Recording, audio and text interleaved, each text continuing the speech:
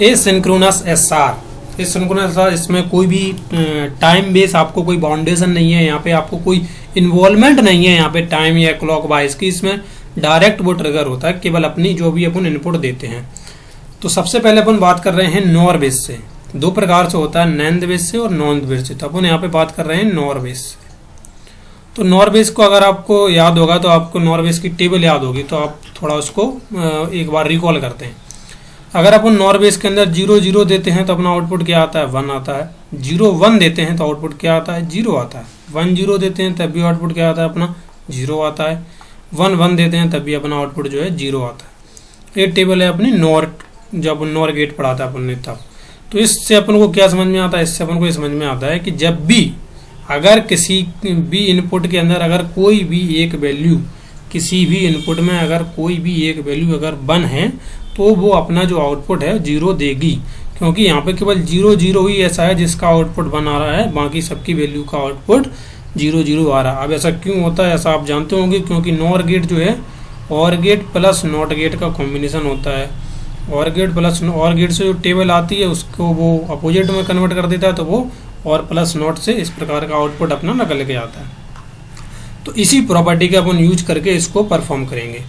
ये डायग्राम जो है आपको पहली बार में थोड़ा सा अजीब लग सकता है, क्योंकि ये नॉर्मल डायग्राम जो एंड और गेट थे उनसे ये थोड़ा सा अलग होता है, इसीलिए सिक्वेंशनल सर्किट के अंदर आता है, कॉम्बिनेशनल सर्किट के अंदर नहीं आता है। और दूसरी बात है कि अपन जो भी प्रोग्रामेटिक ऑपरेशन परफॉर्म होते हैं, या फिर आप कहें कि जो भी हार्डवेयर जब बनाया जाता है तो उसकी परफॉर्मेंस को इंक्रीज करने के लिए, उसके अंदर मेमोरी का मैनेजमेंट करने के लिए सिक्वेंशनल सर्किट का यूज इसीलिए किया जाता है क्योंकि ये बहुत ईजिली तरीके से परफॉर्म करता है। पिछले जो गेट हैं उन्हीं गेट के ऊपर अपने गेट को ये परफॉर्म करता है, अपने जो भी इसके अंदर ऑपरेशन है उसको परफॉर्म करता है, जैसे कि इसके अंदर नॉर गेट के द्वारा अपन कर रहे हैं। तो सबसे पहले अपन इनपुट लेते हैं, क्या इनपुट लेते हैं, ये वाला 0 0 नहीं ले रहे हैं, 1 सीधा 0 1 ले रहे हैं। क्या, एस की वैल्यू 0 और आर की वैल्यू अपन ले रहे हैं 1। और अपन को मालूम है, यहाँ पे मालूम है कि अगर पहले कोई भी अगर एक इनपुट अपना अगर 1 है, कोई भी एक इनपुट 1 है तो उसका आउटपुट जो है 0 ही आएगा। तो यहाँ पे अगर आउटपुट कोई भी इनपुट अगर चेंज भी हो जाता है तो यहाँ पे आउटपुट क्या आएगा, हमेशा 0 ही आएगा। अब यहाँ पे हो क्या रहा है, ये जो इनपुट है यहाँ का जो आउटपुट है वो इस जगह के लिए इनपुट का काम कर रहा है। फिर से सुनिएगा, इस जगह का जो आउटपुट है वो इस जगह की इनपुट के लिए काम कर रहा है, और इस जगह का जो आउटपुट है वो इस जगह की इनपुट के लिए काम कर रहा है। अपन तो अपना जो 0 है वो इस जगह के लिए इनपुट का काम करेगा। और यहाँ पर अपन ने 0 दिया था, 0 0 क्या होगा, तो वैल्यू क्या आएगी, यहाँ पे 1 आएगी। और एक कंडीशन है जो भी मैंने पिछली वीडियो के अंदर आपको बताई थी कि 2 फॉर्म में इसका आउटपुट हमेशा निकलता है। किस फॉर्म में, अगर कोई भी अपना क्यू है तो उसका नॉन कॉम्प्लीमेंट फॉर्म उसका निकल के आना चाहिए ऊपर। एक अगर अपना क्यू निकल के आ रहा है तो उसका नॉन कॉम्प्लीमेंट फॉर्म उसका निकल के आना चाहिए, और जो इस कंडीशन को बहुत इजीली सेटिस्फाई कर रहा है। तो यानी कि जो अपना आउटपुट है वो सही तरीके से आ रहा है। और इस जगह पे Qn+1, इस जगह पे अपन जो आउटपुट लिखेंगे वो ये वाला कभी नहीं लिखेंगे, कॉम्प्लीमेंट वाला कभी नहीं लिखेंगे। अगर कोई आउटपुट लिखेंगे तो जो Q पोजीशन पे होगा उसको अपन आउटपुट में लिखेंगे। तो यानी कि 0 1 की पोजीशन पे अपन 0 को रिटर्न करेंगे। ठीक है, इसके बाद अपन लेते हैं 1 0 को। तो 1 0 के लिए सबसे पहले इसको मिटा देते हैं, इसको मिटाते हैं। अब इसके बाद 1 और 0 को लेते हैं, इसको भी मिटा देते हैं। और 1 0 को लेंगे तो अपन को मालूम है, तो अपन अब नीचे वाला नहीं देखेंगे। क्यों नहीं देखेंगे, क्योंकि यहाँ पे एक वैल्यू 0 है। तो अगर दूसरी वैल्यू अपन को मालूम नहीं है कि 0 है या 1 है, अगर 0 हो गई तो वैल्यू 1 भी हो सकती है। लेकिन ऊपर वाले के अंदर अपन को फिर से एक बार मालूम है, क्या मालूम है कि अपना एक इनपुट अगर 1 है तो दूसरा आउटपुट, दूसरा इनपुट या तो 1 होगा या 0 होगा, दोनों में से एक ही हो सकता है। और दोनों ही कंडीशन में अपना आउटपुट जो है 0 आने वाला है। तो यहाँ पे अपन आउटपुट लिखते हैं 0, वो जो कि यहाँ पे आउटपुट है वो इस जगह के लिए इनपुट का काम कर रहा है। तो यानी कि 0 0, तो अपना आउटपुट क्या आएगा, 1 आएगा। और इस कंडीशन को सेटिस्फाई करना बहुत ज़रूरी है। अगर ये कंडीशन सेटिस्फाई नहीं कर रहा है तो इसका मतलब जो है अपना आउटपुट सही नहीं आ रहा है, और जो भी अपन ने अपनी कंडीशन ली है या फिर जो भी अपन ने इनपुट लिया है वो इनपुट या तो कोई भी आउटपुट नहीं देगा, या फिर जैसा इनपुट था बिल्कुल उसी प्रकार का अपना आउटपुट दिखा देगा। आउटपुट और इनपुट के अंदर कोई भी चेंजेस नहीं होंगे। ठीक है, तो लेकिन यहाँ पे इस कंडीशन को सेटिस्फाई कर रहा है। और जो क्यू पे है, जो क्यू पोजीशन पे जो वैल्यू है उस पोजीशन की वैल्यू को अपन को लिखना है, वो 0 भी हो सकती है और 1 भी हो सकती है। तो इस जगह पे जो वैल्यू आएगी वो क्या लिखी जाएगी, 1 लिखी जाएगी। अब बात करते हैं 1 1 की। सबसे पहले इसको रफ कर लेते हैं, इसको रफ करते हैं इस तरीके से। बात करते हैं 1 और 1 की। अब 1 1 में क्या है कि अगर यहाँ पर भी कोई भी इनपुट हो सकता है दूसरा, और यहाँ पर भी कोई भी इनपुट हो सकता है दूसरा, लेकिन बात यह है कि अगर कोई भी दूसरा इनपुट होगा तो लेकिन अपना जो आउटपुट है वो 0 ही आएगा।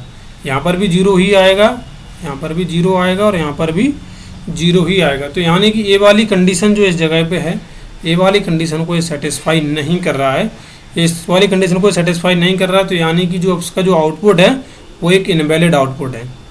इस कंडीशन को सेटिस्फाई करना बहुत ज़रूरी है। अगर इस कंडीशन को सेटिस्फाई नहीं कर रहा है तो अपना आउटपुट जो है वो इनवैलिड है, और अगर इनवैलिड नहीं होता तो जैसा इनपुट है उसी प्रकार का आउटपुट होगा। लेकिन इसके अंदर जैसा इनपुट है उसी प्रकार का आउटपुट नहीं हो सकता, क्योंकि यहाँ पे 1 0 भी हो सकता है और 0 1 भी हो सकता है। तो इसलिए इसको इनवैलिड के अंदर कंसिडर किया जाएगा। अब इसके अंदर एक आखिरी कंडीशन बचती है, ए वाली भी हो गई, ए वाली भी हो गई और ए वाली भी हो गई। अब आखिरी कंडीशन इसके अंदर बनती है वो है 0 0 के बारे में, 0 0 के बारे में।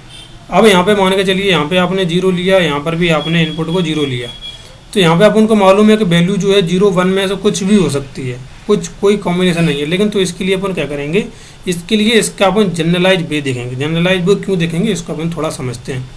इसका यहाँ पे अगर जो भी आउटपुट आएगा, यहाँ के जो क्यू की वैल्यू है वो क्यू की वैल्यू यहाँ पे इनपुट की तरह से काम कर रही है। पिछले अपन कुछ इनपुट के अंदर देख भी चुके हैं ऐसा। यहाँ पे जो क्यू की वैल्यू आती है वो क्यू की वैल्यू यहाँ के इनपुट के लिए काम करती है। और अपन ने नॉर गेट के अंदर किया है, नॉर गेट के अंदर जो भी इनपुट आएगा, जैसे 0 आएगा प्लस क्यू होता है, और गेट का ऑपरेशन है कि वो प्लस ऑपरेशन को परफॉर्म करता है। तो 0 प्लस क्यू उसका कॉम्प्लीमेंट होगा। क्यों होगा, क्योंकि प्लस क्यों लगाया गया, और गेट की वजह से। और कॉम्प्लीमेंट क्यों लगाया गया, कॉम्प्लीमेंट लगाया गया नॉट गेट की वजह से, जो अपन ने नॉट गेट लगाया है। तो 0 प्लस क्यू का कॉम्प्लीमेंट क्या होता है, 0 प्लस क्यू का कॉम्प्लीमेंट करेंगे तो 1, और प्लस का कॉम्प्लीमेंट होता है डॉट, और क्यू का कॉम्प्लीमेंट करेंगे तो क्यू कॉट।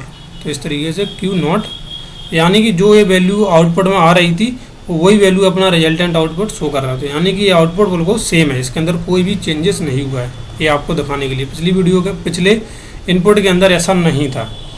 और बात करें अगर इसकी, तो इस वाले में देखा जाए तो यहाँ पर भी अपन 0 आएगा, 0 जो अपना इससे निकला है, प्लस क्यू, यहाँ पे जो कॉम्प्लीमेंट का जो इसका आउटपुट है वो इसके लिए इनपुट का काम करता है। तो यहाँ पर भी 0 प्लस क्यू कॉम्प्लीमेंट का कॉम्प्लीमेंट आएगा, और 0 का कॉम्प्लीमेंट यहाँ पे फिर से 1 होता है, 1 का कॉम्प्लीमेंट डॉट होगा, और क्यू का कॉम्प्लीमेंट होगा, तो अपना जो वैल्यू है 1 डॉट क्यू हो जाएगा। तो यानी कि जो रिजल्टेंट आउटपुट है वो क्यू ही आएगा। तो यानी कि ये वैल्यू और ए वाली वैल्यू दोनों ही सेम होंगी।